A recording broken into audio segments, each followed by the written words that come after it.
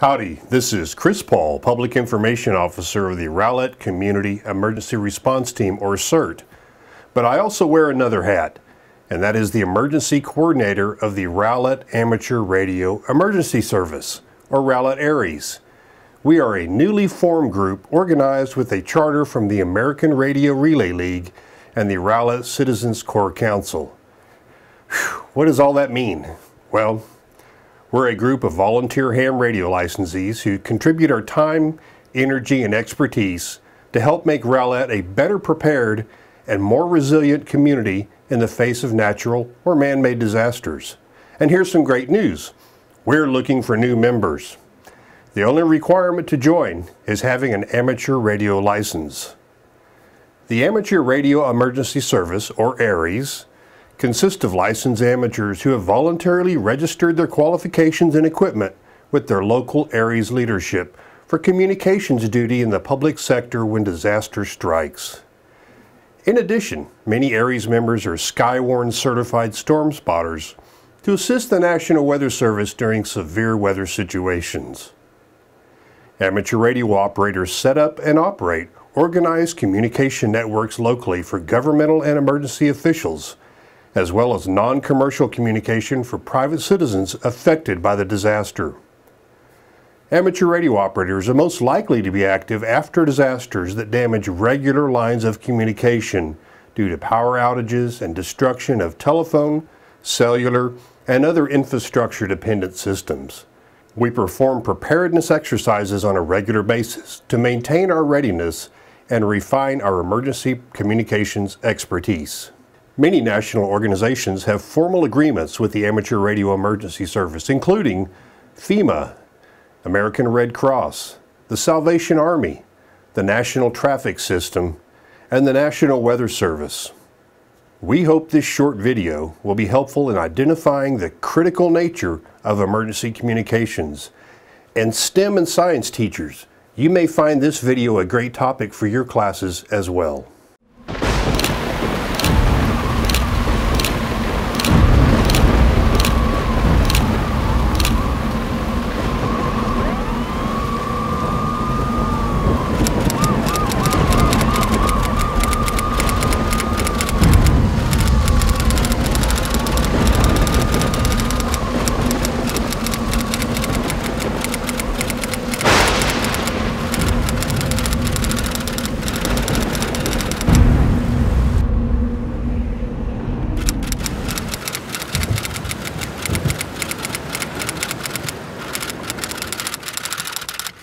Communication was gone. Cell phones died, nothing worked. Without the ham radios, we were not able to communicate with our shelters because the phone lines are down. We weren't able to communicate with our other resources like FEMA and MEMA and the Office of Emergency Management. With no communication whatsoever, with all the systems down, it was very important to Dr. O'Brien. Communications are extremely fragile, and that tends to be our biggest issue. As soon as the wind died down just a little, I was up stringing antennas up on the roof. Immediately began to pass emergency traffic, physicians, nurses, any state, bring your license.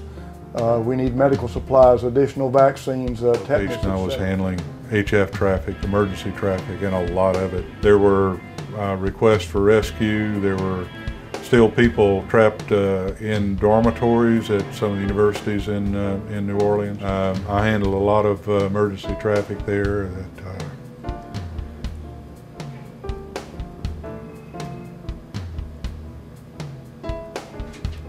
Tough, massive. Yeah, let's face it, this is the greatest natural disaster we've had in the United States.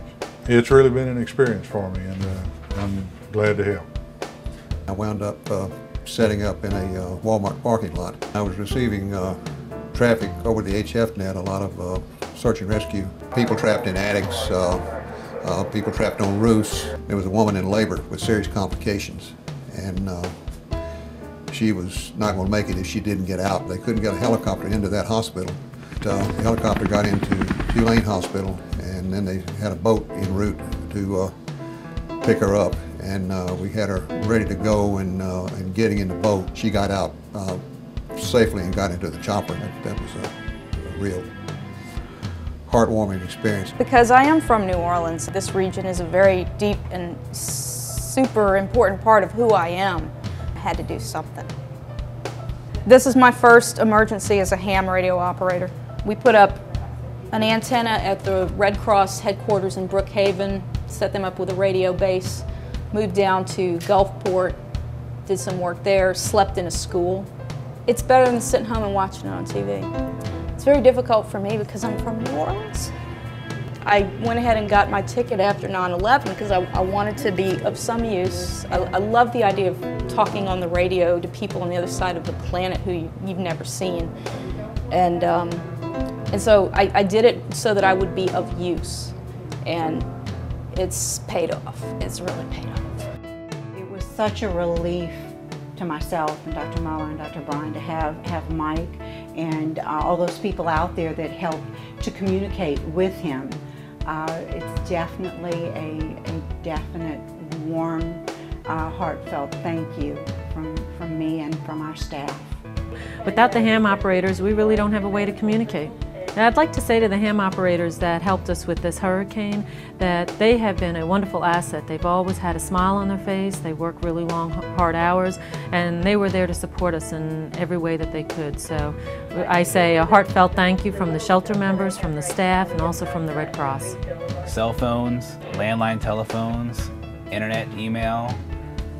Outside of that, what is there? I mean, if it's all down, it's down, and you know, if you can't get at the airwaves via the ham operators, then there's no communication. Thanks, guys. Myself personally and the Red Cross truly, truly, truly offers their complete and wholehearted thanks. And I think the American people offer their thanks in that the people in this area are really appreciative of what their efforts are, because from what I understand, you're all doing this as full volunteers, no recompense, you're paying your own way, and that goes really above and beyond anything that I have known before. So a very wonderful, heartfelt thanks, and keep coming back. And if there's anything that we can do for you guys, let us know. Well, Chris, that sounds great, and I want to help, but I don't have an amateur radio license. Guess what? We can help with that as well. Please send your contact information to wi5y@arrl.net. Whiskey India 5 Yankee is my personal call sign, and we'll keep you informed of our upcoming licensing classes and forward more info to help you get on the air. Any licensed hams that would like to get involved with the Rowlett Aries, please send your contact info and call sign to wi5y@arrl.net. This is Chris Paul, Emergency Coordinator for the Rowlett Amateur Radio Emergency Service. And until next time, make a plan, get prepared, get involved, and get on the air.